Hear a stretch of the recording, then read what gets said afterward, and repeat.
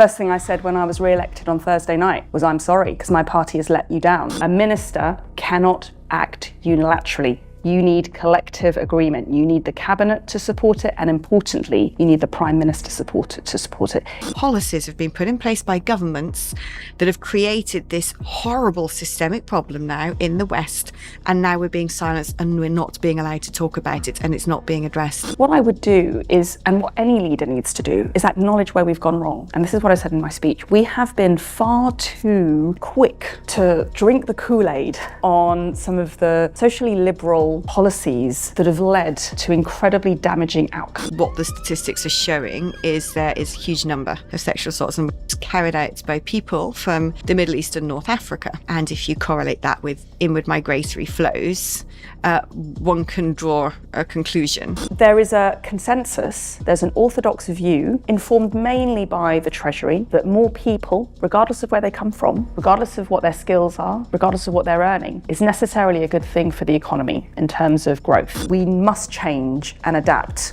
or die. That's what this is about, because we have no God-given entitlement to people's votes and people's support. I don't believe a man can become a woman. I don't believe a woman can become a man. And so part of our failure, part of the responsibility that we have to own up to, is that we oversaw, just at this symbolic level, the waving of the progress flag on government buildings, the police, the NHS, the armed forces. You know, I tried to fight against it, and I failed for a combination of reasons. You know, there is a doctrine within Whitehall that says the progress flag is a sign of inclusivity and progressive values, and it's to be welcomed. And there are also conservative politicians and ministers who support the progress flag. That's one of the reasons I failed, and I admit my failure. I'm not going to pass the buck, but I don't agree with the progress flag, and I don't agree that it should be flown from government buildings.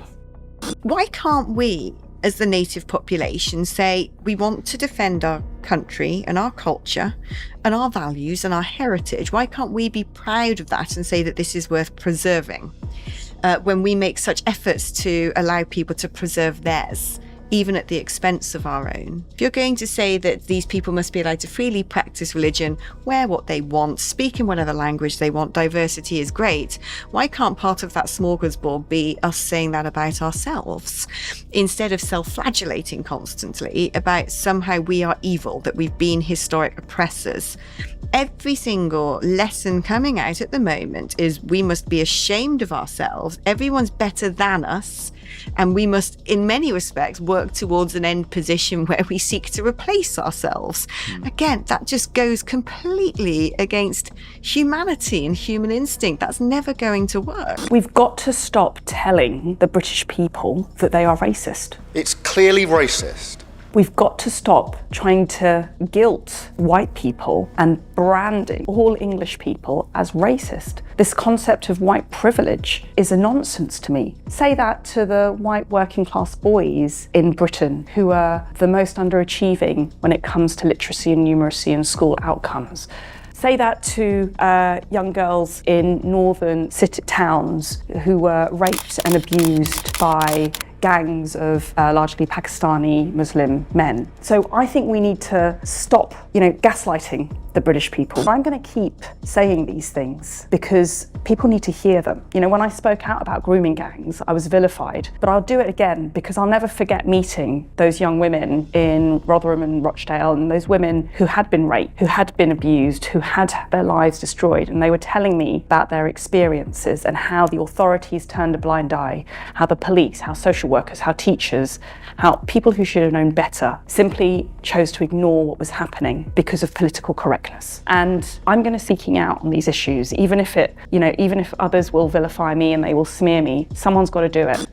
In a lot of Scandinavian countries, what the statistics are showing is there is a huge number of sexual assaults and carried out by people from the Middle East and North Africa. And if you correlate that with inward migratory flows, one can draw a conclusion that what has happened as a direct result of sizable inward migration from countries where men have a very different culture to our own, that there has been this compounding effect of women ending up potentially more vulnerable in society. What I would do is, and what any leader needs to do, is acknowledge where we've gone wrong. And this is what I said in my speech. We have been far too quick to drink the Kool-Aid on some of the socially liberal policies that have led to incredibly damaging outcomes. Whether it's children undergoing irreversible, life-changing and devastating surgery in the name of gender reassignment, or whether it's decolonizing the curriculum and making out as if every British person is racist and Britain is an evil, racist country. We must change and adapt or die. That's what this is about, because we have no God-given entitlement to people's votes and people's support. One must be mindful of history, but one mustn't seek to change it or erase it. And there seems to be something very, very strange happening at the moment, perverse in fact, from a national attitude standpoint, where people within positions of privilege, influence and power actually want to denigrate and destroy our belief in our own country. Well, I'm very concerned about the exponential rise in immigration. There is a consensus, there's an orthodox view, informed mainly by the Treasury, that more people, regardless of where they come from, regardless of what their skills are, regardless of what they're earning, is necessarily a good thing for the economy in terms of growth. I fundamentally refute that, because there's a massive oversight there in terms of growth per capita, which has been declining as the population increases, the costs and the pressure on housing supply, on public services, and also on national identity and cultural cohesion. And so I'm very concerned for a whole number of reasons. To be British means you believe in fair play. Well, find me a people who say they don't believe in fair play. Right. Or the rule of law. Find me a people who say they don't believe in the rule of law. First of all, I think one needs to recognise that Western culture is distinct. Western culture is based upon rationalism and reason. It's based upon ideas that emerged in the Enlightenment about an acceptance that no one has an authority of knowledge. On the streets of Britain today, you see people from one culture who claim an authority of knowledge based upon the teachings of a 6th or 7th century prophet and the interpretation of what that prophet said. Western culture, on the other hand, is very clear, or has been for the past 200 years.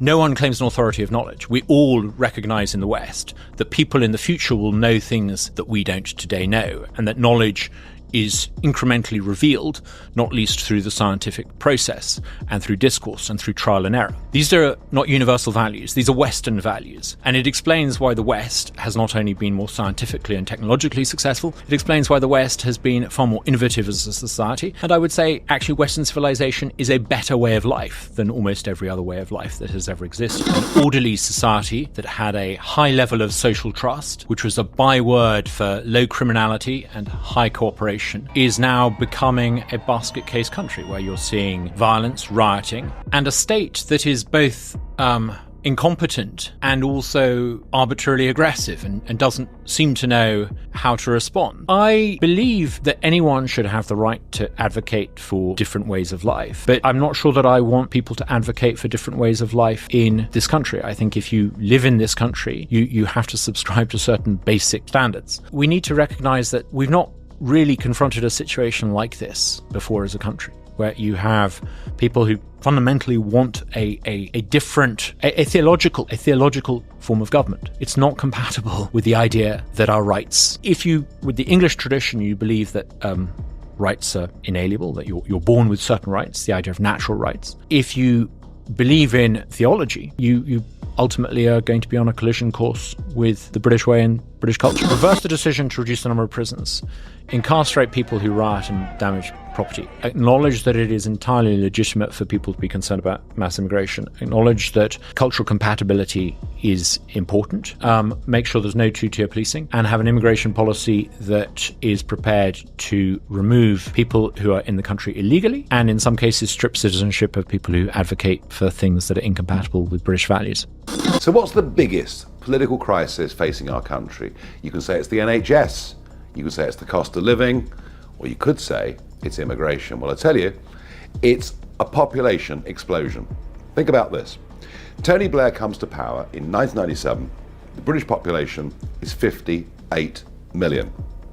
What is it today? It's 68 million.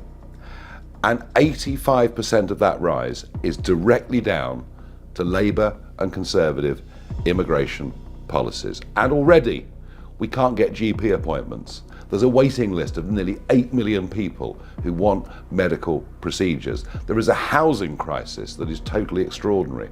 Well over 1 million people waiting on the social housing list. And for those that want to get their foot on the first rung of the ladder, well, frankly, property has become unaffordable. Demand massively outstripping supply. And you think about it, even if we build 250,000 new homes every year, that doesn't even cope with net migration to Britain last year of 750,000. This is impacting every single aspect of our lives. If you liked the video, please like and subscribe to spread more awareness. Share your thoughts in the comments below and join the conversation. Your engagement helps us bring more content to light. Remember, stay informed, stay engaged.